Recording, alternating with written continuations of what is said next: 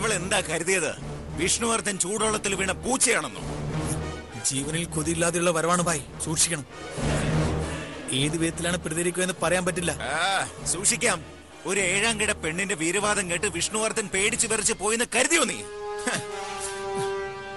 അതല്ല ഭായ്, മീര അവരുടെ ഫ്രണ്ടാ സ്ഥിതിക്ക് അവരിന് അടങ്ങിയിരിക്കില്ല. മീരയും വിഷ്ണുവർദ്ധനും തമ്മിലുള്ള വിവാഹം നടക്കില്ല എന്ന് വെല്ലുവിളിച്ചിരിക്കുക. ആ വെല്ലുവിളിയെ എത്രയും വേഗം ഇല്ലാതാക്കണം. അവരെ ആരോ കാര്യമായിട്ട് സഹായിക്കുന്നുണ്ട്. അല്ലെങ്കിൽ എങ്ങനെ ഭായിയുടെ മുന്നിൽ വരാൻ അവർക്ക് ധൈര്യം വന്നു? സഹായിക്കുന്നുണ്ട്. ഒളിഞ്ഞും പതുങ്ങിയും അവൾ അതിനുവേണ്ടിയുള്ള കരുക്കൾ നീക്കുകയായിരുന്നു.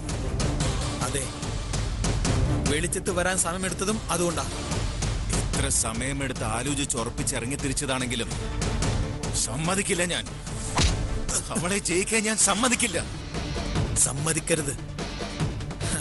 എന്ത് വില കൊടുത്തും അവളുടെ വെല്ലുവിളിയെ നേരിടണം.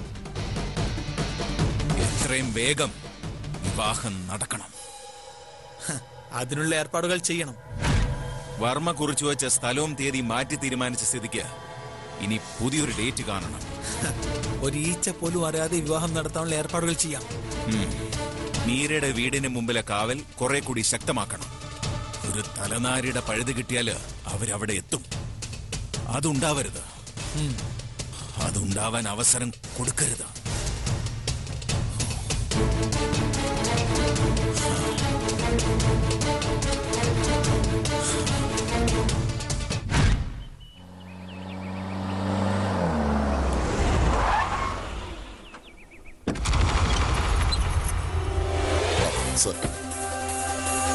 പറഞ്ഞതെല്ലാം ഓർമ്മയുണ്ടല്ലോ? മുൻപത്തെ കാര്യം മാത്രം നോക്കിയാ പോരാ.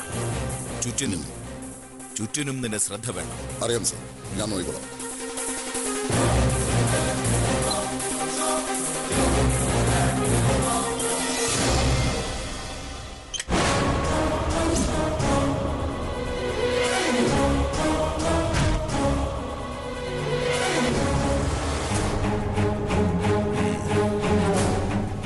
എപ്പോഴും മീരയുടെ കൂടെ തന്നെ ഉണ്ടായിരിക്കണം. അതൊക്കെ ശരി. എനിക്ക് തരാന്ന് പറഞ്ഞ കാശ് എന്ത്? ക്യാഷോ? ഏത് ക്യാഷ്? അപ്പോഴേക്കും അത് മറന്നോ? ആ പെണ്ണിന്റെ പറ്റിച്ചില്ലേ ആ കാശ്? ഓ, അത് ഞാൻ തരുന്നുണ്ട്. പിന്നെ അവള് രക്ഷപ്പെട്ട് ഓടിയത് എന്റെ കുറ്റം കൊണ്ടൊന്നുമല്ല.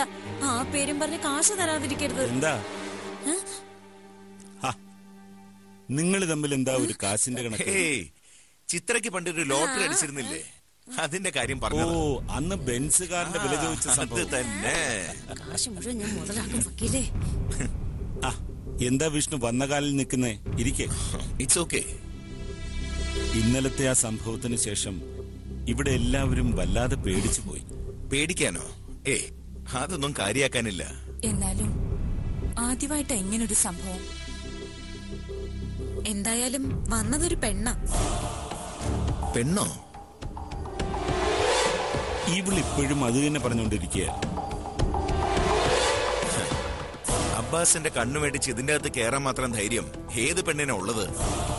അങ്ങനത്തെ പെണ്ണുങ്ങളെയൊന്നും വിഷ്ണുവേട്ടൻ കാണാത്തതുകൊണ്ട്. ഇവിടെ വന്നത് ഒരു പെണ്ണാണെന്ന് തർപ്പിച്ചു പറയാൻ മീര കണ്ടോ അവളെ? കാണുന്ന എന്തിനാ?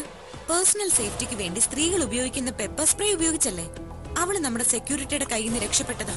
അതെ, സതുദ്ദേശം വെച്ച് ഓരോ പ്രോഡക്ട്സ് നിലവിൽ വരും. മറ്റുള്ളവർ അതിനെ ദുരുപയോഗം ചെയ്യുന്നു. പൂവാല ശല്യം ഇല്ലാതാക്കാൻ വേണ്ടി ഇറക്കിയ കുരുമുളക് സ്പ്രേ ഇപ്പൊ കള്ളന്മാരും പിടിച്ചുപറിക്കാരാണ് കൂടുതൽ ഉപയോഗിക്കുന്നത്. എനിക്ക് ഏതായാലും എല്ലാം കൂടെ കണ്ടിട്ട് പേടിയാവുന്നുണ്ട്.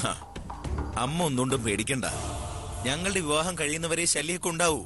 അത് കഴിഞ്ഞ പിന്നെ എല്ലാം നിൽക്കും. അത് ഇനിയും ഇങ്ങനെ നീട്ടിക്കൊണ്ടുപോയാൽ ശരിയാവില്ല വിഷ്ണു. നീട്ടിക്കൊണ്ട് പോകുന്നില്ല. എന്റെ തിരക്ക് കാരണം നിങ്ങളെല്ലാരും വളരെയധികം വിഷമിക്കുന്നുണ്ടെന്ന് എനിക്കറിയാം. അതല്ല, വിഷ്ണുവിന്റെ സമയം കൂടെ ഒന്ന് ഒത്തുവരണ്ടേ? എന്റെ സമയത്തിന് വേണ്ടി ഞാൻ ഈ വീട്ടിൽ ആരെയും വിഷമിപ്പിക്കുന്നില്ല. യെസ്, വിഷ്ണുവർദ്ധന്റെയും മീരയുടെയും വിവാഹം ഏറ്റവും അടുത്ത ദിവസം തന്നെ നടന്നിരിക്കും.